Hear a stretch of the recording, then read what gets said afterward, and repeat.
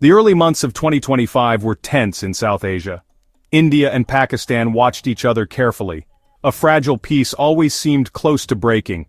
This peace was shattered in April.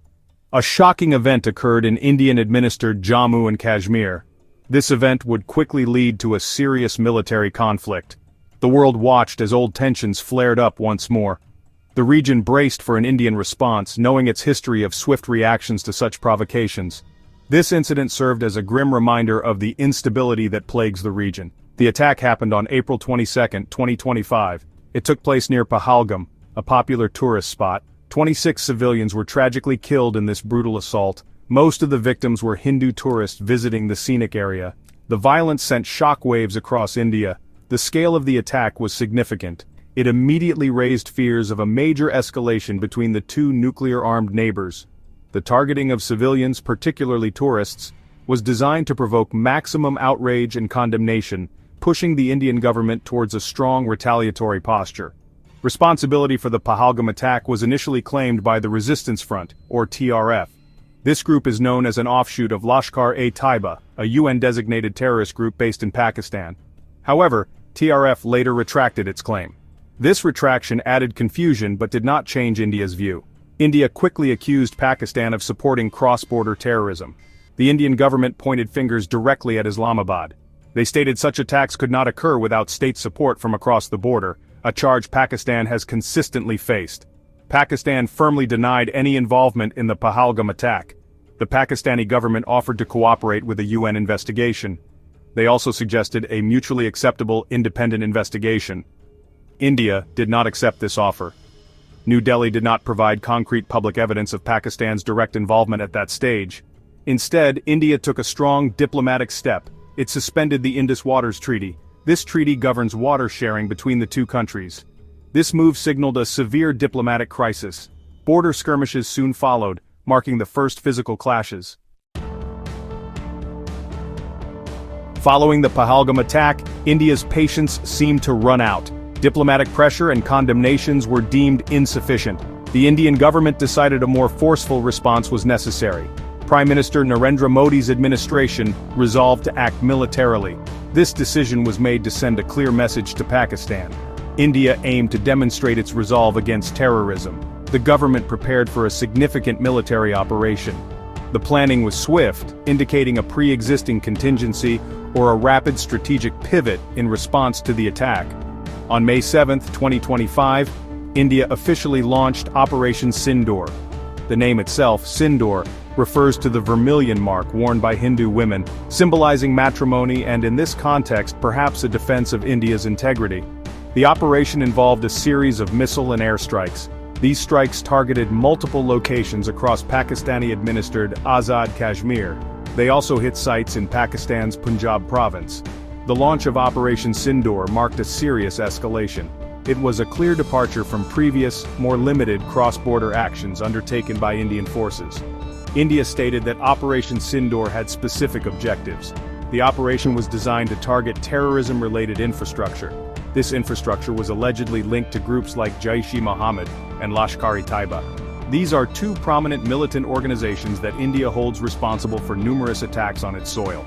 The Indian government was careful in its public statements. They emphasized that the operation was not aimed at Pakistan's military or its civilian population. This was an attempt to manage escalation perceptions internationally.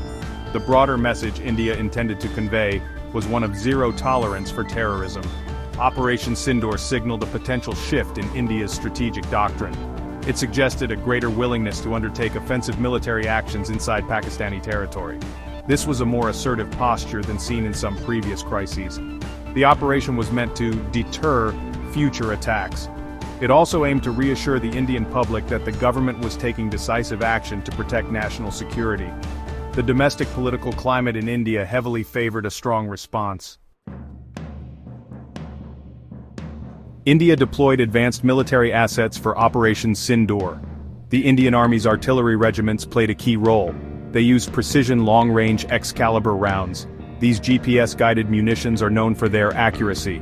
Loitering munitions, often called kamikaze drones, were also utilized. These weapons were primarily used in Pakistan-administered Kashmir.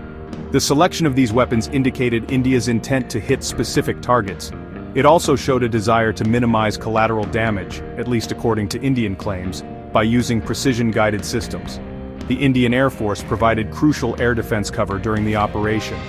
IAF jets also carried out offensive assaults deeper into Pakistani territory, specifically in the Punjab province. Modern Rafale fighter jets, acquired from France, were central to these airstrikes. These jets were equipped with Scalp cruise missiles. They also used AASM Hammer precision-guided bombs. There were reports that BrahMos cruise missiles, a joint Indo-Russian supersonic missile, may also have been used. These advanced capabilities allowed India to strike targets with significant standoff range. India released a list of specific locations it claimed to have targeted. These included Jamia Masjid Subhanallah in Bahawalpur, near Ahmedpur East. Another target was Markazi Taiba in Muridka. India alleged these were terrorist training camps or facilities. Other listed targets were Abbas Mosque in Gulpur in Kotli district. Barnala in Bimber district, Shawai Nala, and Syedna Bilal Mosque in Muzaffarabad were also mentioned. The inclusion of mosques in the target list was highly controversial, even if India claimed they were used for militant activities. India asserted that all strikes were precise. They maintained that the operation was carefully planned. The goal was to hit only terrorism-related infrastructure. Indian officials repeatedly stated that no Pakistani military installations were targeted. They also claimed no civilian facilities were hit directly. This narrative was crucial for India. It aimed to frame Operation Sindoor as a counter-terrorism effort, not an act of war against Pakistan. However, these claims would soon be contested by Pakistan, leading to differing international perceptions of the events. Pakistan's reaction to Operation Sindoor was swift and strong. On the same day, May 7, 2025, Pakistan condemned the Indian strikes. It vehemently denied India's claims that only terror camps were hit. Pakistani officials accused India of unprovoked aggression. They stated that Indian actions violated Pakistan's sovereignty and international law. The Pakistani military was put on high alert. The government in Islamabad promised a befitting response to what it termed Indian aggression, setting the stage for a dangerous retaliatory cycle. Pakistan presented a different picture of the Indian strikes. It alleged that Indian missiles and bombs had impacted civilian areas. Pakistani authorities claimed that mosques were indeed hit. They reported casualties among civilians, including women and children. These counterclaims directly contradicted India's narrative of precision strikes against non-civilian targets. The discrepancy in reports fueled an information war alongside the military conflict. Both sides sought to control the narrative presented to the international community and their domestic populations. The Pakistani military did not wait long to retaliate. Pakistan Air Force jets were scrambled to intercept Indian warplanes. Pakistan claimed its forces successfully engaged Indian aircraft. It announced that it had shot down at least 5 Indian aircraft. This included 3 French-made Rafale jets, a significant blow to India's air power if true. These aerial engagements marked a serious escalation. They were the first direct clashes between the air forces of the two nations in this conflict. The claims of downed aircraft immediately became a point of contention. Following these aerial confrontations, the conflict quickly spread along the border. Border skirmishes erupted at multiple points along the line of control in Kashmir. Both sides engaged in heavy shelling. The conflict also saw the first documented use of drone strikes by both nations against each other. The Pakistan Army launched mortar shells targeting Indian positions and areas in Jammu, particularly in the Poonch sector. The situation was rapidly deteriorating from targeted strikes to broader military engagements. The initial, relatively contained Indian operation had clearly triggered a wider conflagration. Section 5, Rapid Escalation Military Bases Under Fire. The conflict took another dangerous turn on May 10, 2025. Despite the initial exchanges and Pakistan's retaliation, India decided to escalate further. Indian forces launched a new wave of missile attacks. This time, the targets were more explicitly military. India targeted several Pakistani military bases. These included the Nur Khan Air Base in Rawalpindi, a major logistics hub. Rafiki Air Base and Murid Air Base were also reportedly hit. This move signaled a significant shift in India's targeting strategy, moving from alleged terror camps to established military installations. Pakistan responded decisively to this new wave of Indian attacks. Later on the same day, May 10th, Pakistan launched its own retaliatory operation. This was codenamed Operation Banyan Un Marsus. The name, meaning a solid cemented structure, suggested resilience and strength. This operation was a direct answer to India's strikes on Pakistani military bases. It demonstrated Pakistan's capability and willingness to match India's escalatory moves. The tit-for-tat nature of the conflict was now undeniable and deeply worrying for international observers. Operation Banyan Un Marsus targeted a wide array of Indian locations. Pakistan claimed its forces struck 26 different sites within India. These targets included critical Indian Air Force bases. Among them were the airbase in Sirsa, Haryana. Pathankot Air Base in Punjab, which had been attacked by militants in 2016, was also targeted. Adampur Air Base, another key IAF facility in Punjab, and Bhuj Air Base in Gujarat were on the list. Striking these air bases was a clear attempt to degrade India's air operational capabilities and project Pakistan's offensive reach. By this point, the conflict had reached a perilous peak. Both India and Pakistan were striking deep into each other's territory. They were targeting significant military assets, not just alleged militant hideouts near the border. The risk of a full-scale war between the two nuclear-armed states was now alarmingly high. Each escalatory step made it harder to pull back from the brink. The international community, which had been watching with growing concern, realized that immediate intervention was necessary to prevent a catastrophic outcome in the region. Section 6. The Diplomatic Dance: International Reactions. As the conflict between India and Pakistan escalated, the international community began to react. The initial stance from the United States was one of caution. On May 8, 2025, U.S. Vice President J.D. Vance made a significant announcement. He stated that the United States would not intervene directly in the India-Pakistan conflict. This hands-off approach was perhaps intended to encourage regional de-escalation. However, it also risked being interpreted as a green light for further hostilities by some. The U.S. position was closely watched by both New Delhi and Islamabad. Other nations also started to weigh in. Colombia, for instance, initially expressed condolences for casualties in Pakistan. This statement, however, drew a swift reaction from India. An Indian diplomatic delegation, led by prominent figure Shashi Tharoor, expressed strong disappointment to the Colombian government. Following this engagement, Colombia retracted its earlier statement. It then issued a new one supporting India's position on combating terrorism.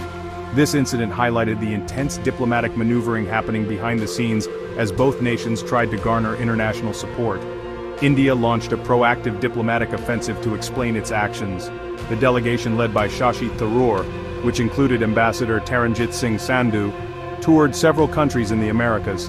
Their itinerary included Panama, Guyana, Colombia, Brazil, and importantly, the United States. The main message of this tour was to emphasize India's zero-tolerance policy towards terrorism. India sought to frame Operation Sindoor as a necessary counter-terrorism measure. They aimed to build international understanding and support for India's stance against Pakistan-sponsored militancy. Meanwhile, China, a key ally of Pakistan and a major regional power, remained relatively quiet. No unusual military activity or strong diplomatic statements emanated from Beijing during the peak of the conflict. This was noteworthy given China's close ties with Pakistan and its own border disputes with India. However, it was observed that much of Pakistan's advanced military equipment, such as the J-10C fighter jets reportedly used in engagements, was largely supplied by China. This underscored China's indirect but significant role as a defense partner to Pakistan. Section 7. The American Intervention: A Ceasefire is Brokered. The initial U.S. stance of non-intervention shifted as the India-Pakistan conflict spiraled. The missile attacks on military bases on May 10, 2025, raised serious alarms in Washington, D.C. The prospect of a wider war between two nuclear-armed nations was a grave concern for global stability. The United States, despite its earlier statement, recognized the urgent need for de-escalation. American officials began to consider a more active role in mediating the crisis. The potential for miscalculation leading to nuclear exchange was a scenario the U.S. desperately wanted to avoid. High-level U.S. diplomatic efforts were quickly mobilized. U.S. Vice President J.D. Vance, who had earlier announced non-intervention, became actively involved. He, along with U.S. Secretary of State Marco Rubio, engaged in extensive negotiations. They held urgent talks with senior Indian and Pakistani officials. These discussions likely involved intense pressure and shuttle diplomacy. The aim was to persuade both sides to halt hostilities immediately. The US leveraged its relationships with both countries to push for a peaceful resolution to the escalating military crisis. The diplomatic push culminated late on May 10, 2025. US President Donald Trump personally announced that a ceasefire had been agreed upon by India and Pakistan. This announcement brought a collective sigh of relief across the globe. The ceasefire was to take effect almost immediately. The swiftness of the US intervention once it decided to act was notable. It underscored the influence the United States still holds in South Asian security matters. President Trump's direct involvement signaled the high priority Washington placed on stopping the conflict. The ceasefire was a crucial step in pulling India and Pakistan back from the brink. While tensions remained high, the immediate threat of further military escalation was reduced. The US role was widely acknowledged as pivotal in achieving this outcome. Both India and Pakistan, while publicly maintaining their respective positions, likely welcomed a way to de-escalate without losing face. The ceasefire provided an opportunity to pause the fighting. It also opened a window for further diplomatic engagement to address the underlying issues that had led to the crisis. Section 8. The Fragile Aftermath. Living with an Uneasy Peace. The brief but intense conflict in May 2025 resulted in casualties on both sides. Reports indicated that over 70 people were killed in total. This number included civilians and military personnel. The human cost, though relatively contained compared to a full-scale war, was still significant. It served as a stark reminder of the real-world consequences of the ongoing tensions between India and Pakistan. Each life lost added to the long history of grief and animosity that has plagued the subcontinent for decades, further embittering relations. India's stance after the ceasefire remained firm. Prime Minister Narendra Modi declared that Operation Sindoor had not concluded. He warned that any future terrorist activity in India would be directly attributed to Pakistan. Such acts would be addressed forcefully. He even stated that Pakistani youth involved in militancy should be dealt with bullets. General Anil Chauhan, India's Chief of Defense Staff, echoed this strong posture. He stated India would respond decisively to future attacks, indicating a new normal of heightened military readiness. On June 1, 2025, General Chauhan also admitted to unspecified Indian aerial losses during the conflict, while disputing Pakistan's numbers and emphasizing rectified tactics. Pakistan, on its part, expressed a willingness to de-escalate further. Prime Minister Shahbaz Sharif stated Pakistan was ready to negotiate. He aimed to maintain the ceasefire and resume the suspended Indus Waters Treaty. Sharif also indicated openness to resolving the long-standing Kashmir dispute through dialogue. Furthermore, he hinted at the possibility of resuming trade with India. This more conciliatory tone from Islamabad suggested a desire to stabilize the situation. However, it was met with skepticism in New Delhi, given the recent hostilities. The peace that settled over the region was undeniably fragile. In India, political reactions included the Indian National Congress calling for a strategic review. They demanded accountability for the Pehelgam attack, labeling it an intelligence failure. Importantly, military officials from both India and Pakistan assured the world that nuclear weapons were not considered during the conflict. Both sides emphasized that rationality prevailed to avoid nuclear escalation. This assurance was crucial, but the underlying fear of a nuclear flashpoint remained a constant in any Indo-Pakistani crisis. Section 9. The Enduring Shadow. Kashmir's Long Shadow, Historical Roots and Future Uncertainties. The 2025 India-Pakistan conflict did not occur in a vacuum. It is deeply rooted in the long and troubled history of the Kashmir dispute. This dispute has been a central point of contention since the partition of British India in 1947. Both India and Pakistan claim the entire Himalayan region of Kashmir as their own. This territorial dispute has fueled multiple wars and countless smaller skirmishes over the past 7 decades. The contested line of control that divides Kashmir remains one of the most militarized borders in the world. The events of April and May 2025 are another violent chapter in this enduring saga. The Pehelgam attack, Operation Sindoor, and Operation Bunyan Unmarsus represent a continuation of a pattern. This pattern involves periods of relative calm, shattered by acts of violence, followed by military responses and escalations. Each crisis brings the two nuclear-armed neighbors dangerously close to a wider conflict. The 2025 conflict once again highlighted the extreme volatility of the situation. It showed how quickly tensions over Kashmir can ignite into serious military confrontations. Several core issues remain unresolved between India and Pakistan. The problem of cross-border terrorism is a primary concern for India. Pakistan, meanwhile, continues to advocate for the self-determination of the Kashmiri people. Territorial claims remain fundamentally opposed. The dispute over water resources, highlighted by India's suspension of the Indus Waters Treaty during this crisis, adds another layer of complexity. This treaty, which had survived previous wars, coming under pressure, shows the severity of current tensions. These deep-seated issues make lasting peace incredibly difficult to achieve. Looking ahead, the new normal of heightened military readiness, as described by Indian officials, suggests a future of continued vigilance and potential brinkmanship. While the 2025 conflict was contained, the risk of future, possibly larger confrontations remains high. Sustained and meaningful dialogue, addressing all contentious issues including Kashmir and terrorism, is essential.